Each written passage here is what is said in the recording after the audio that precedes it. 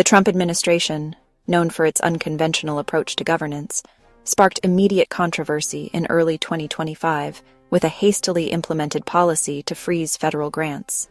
This decision, announced with little warning, sent shockwaves through various sectors, from education and healthcare to environmental protection and social services. The administration argued that the freeze was necessary to curb wasteful spending, but critics immediately decried it as a reckless move that would cripple vital programs and disproportionately harm vulnerable populations.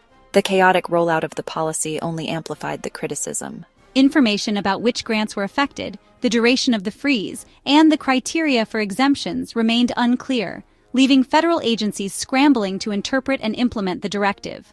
This lack of clarity created widespread confusion and anxiety among grant recipients, who feared for the future of their projects and the communities they served.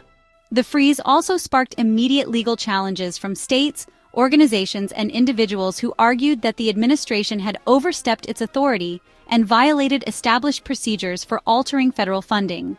This set the stage for a high-stakes legal battle between the administration and its opponents, with the fate of countless programs and the people they serve hanging in the balance.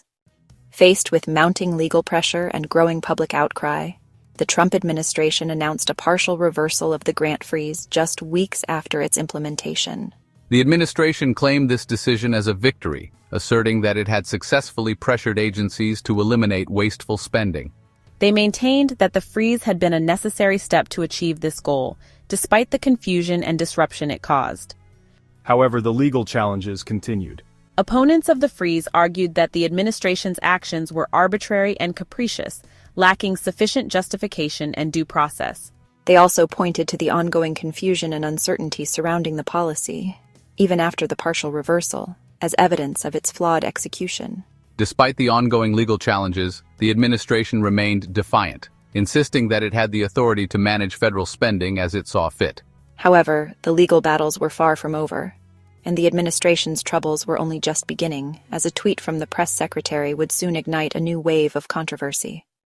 Carolyn Leavitt, known for her combative style and staunch defense of the administration's policies, took to Twitter to celebrate the partial rollback of the grant freeze. In a move that would prove to be a major miscalculation, she declared that the administration had successfully defunded several programs that she claimed were wasteful and unnecessary, listing specific organizations and initiatives that she alleged had lost their funding.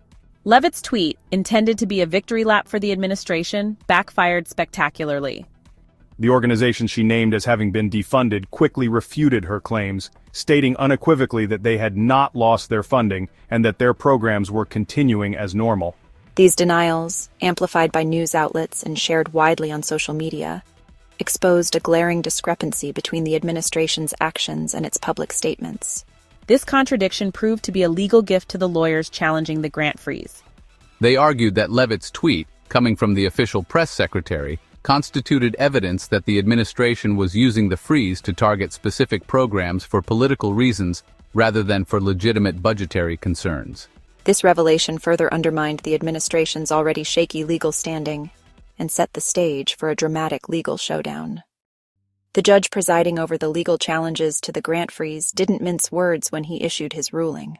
He found the administration's actions to be arbitrary and capricious, and issued a temporary restraining order blocking the freeze entirely. This ruling was a significant blow to the Trump administration. The judge's rebuke, along with the mounting evidence of misinformation and procedural violations, cast a dark cloud over the administration's actions and fueled accusations of incompetence and malfeasance.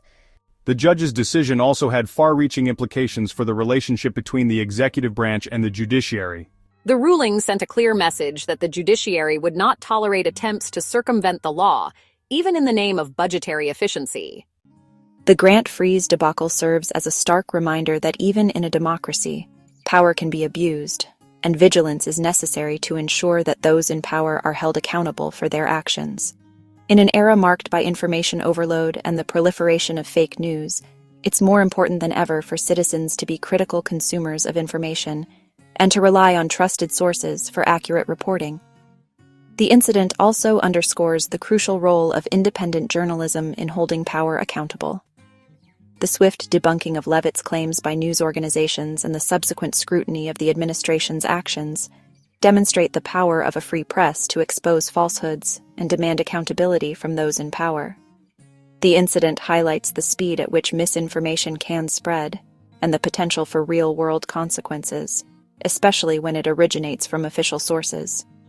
The saga of the Grant Freeze and Leavitt's ill-advised tweet serves as a cautionary tale about the importance of accuracy and transparency in government communications, particularly in the age of social media.